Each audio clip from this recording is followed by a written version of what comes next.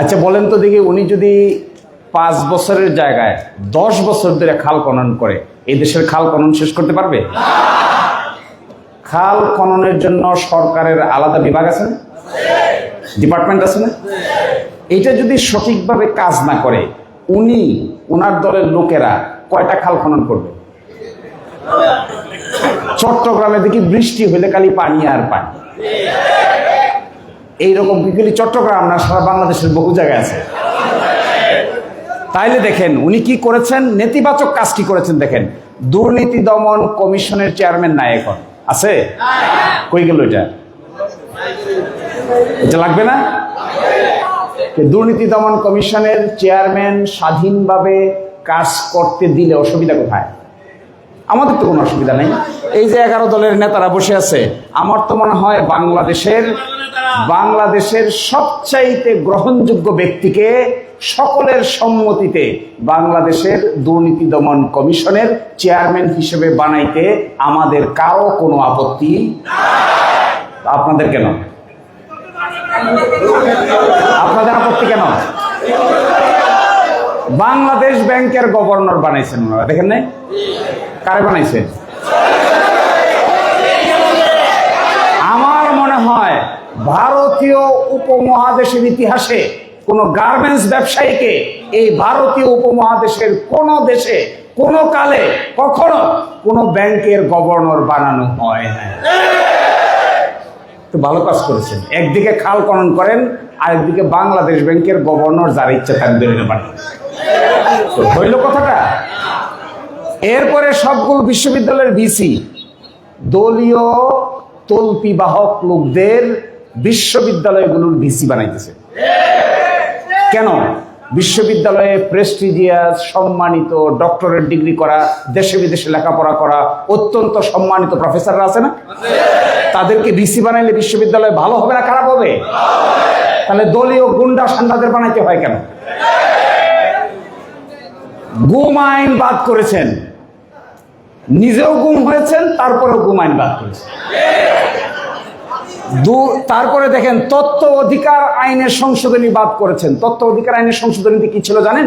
তথ্য অধিকার আইনের সংশোধনীতে ছিল বাংলাদেশের সকল সরকারি এবং স্বায়ত্তশাসিত প্রতিষ্ঠানগুলো তাদের প্রতি বছরের অডিট রিপোর্ট তাদের ওয়েবসাইটে প্রকাশ করবে।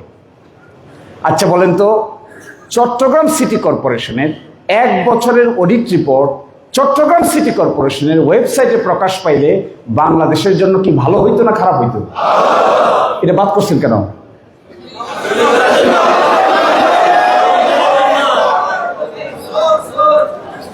বিচারক নিয়োগ আইন বাদ করেছেন। বিচারক নিয়োগ এই প্রথম বাংলাদেশের 56 বছর ইতিহাসে প্রথম বিচারকদেরকে নিয়োগ করার জন্য একটা আইন করা হয়েছিল।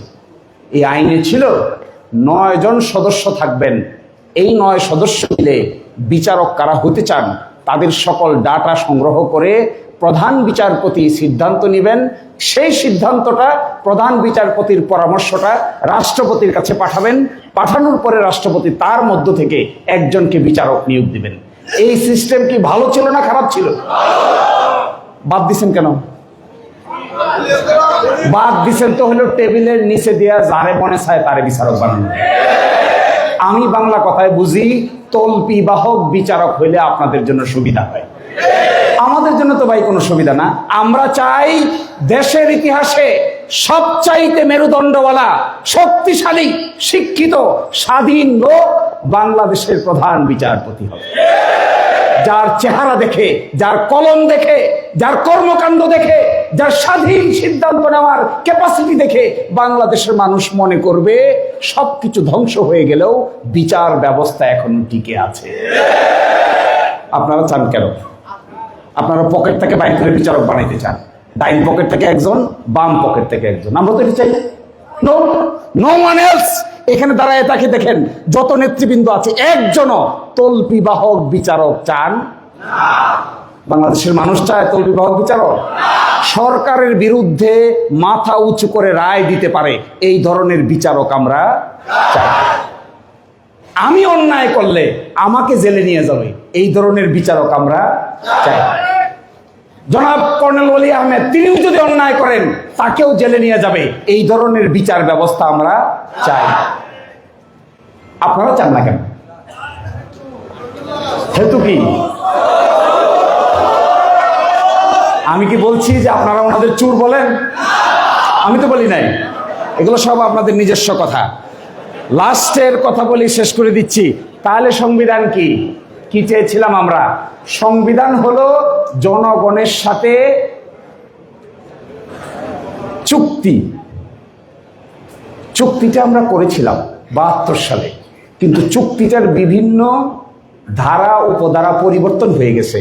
5ই আগস্টের পরে আমরা নতুন চুক্তি করতে চেয়েছি। এই চুক্তিটার সংস্কার করতে চেয়েছি, কিন্তু সংস্কার করতে দিচ্ছে না। আশ্চর্য। আমি লাস্ট 1 মিনিট নিয়ে বলে দিচ্ছি। দেখেন, গণভোটের প্রশ্নটা নাকি ওনারা বুঝেন না। আমি পড়ে শোনাই, আপনারা বুঝেন কিনা দেখেন। 1 নম্বর প্রশ্ন, নির্বাচনকালীন তত্ত্বাবধায়ক সরকার, নির্বাচন কমিশন, অন্যান্য সাংবিধানিক প্রতিষ্ঠানগুলো জুলাই সনদে বর্ণিত প্রক্রিয়ার আলোকে গঠন করা হবে। বুঝেছেন না? তত্ত্বাবধায়ক সরকার চান না? ইলেকশন কমিশন স্বাধীন চান না? আমরা তো বুঝি, ওনারা বুঝে না কেন?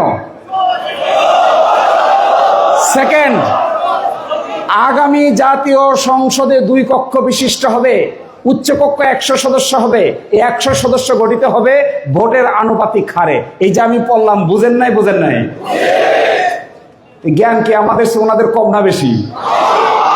আমরা বুঝতেছি, ওরা বুঝে না কেন? 3 নম্বর, সংসদে নারীর প্রতিনিধি বৃদ্ধি, বিরোধী দল হইতে ডেপুটি স্পিকার, কয়েকটি সংসদীয় কমিটির সভাপতি নির্বাচন, প্রধানমন্ত্রীর মেয়াদ সীমিতকরণ, রাষ্ট্রপতির ক্ষমতা বৃদ্ধি, মৌলিক অধিকার, বিচার বিভাগের স্বাধীনতা সহ 30টি বিষয়ে একমত হয়েছে।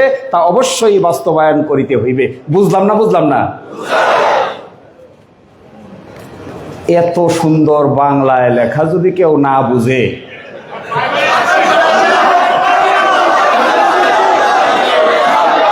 তাহলে তো বোঝা যাবে, বাংলা ভাষাভাষীর চাইতে ভিন্ন কোনো ভাষার প্রতি আগ্রহ বেশি। আসসালামু আলাইকুম।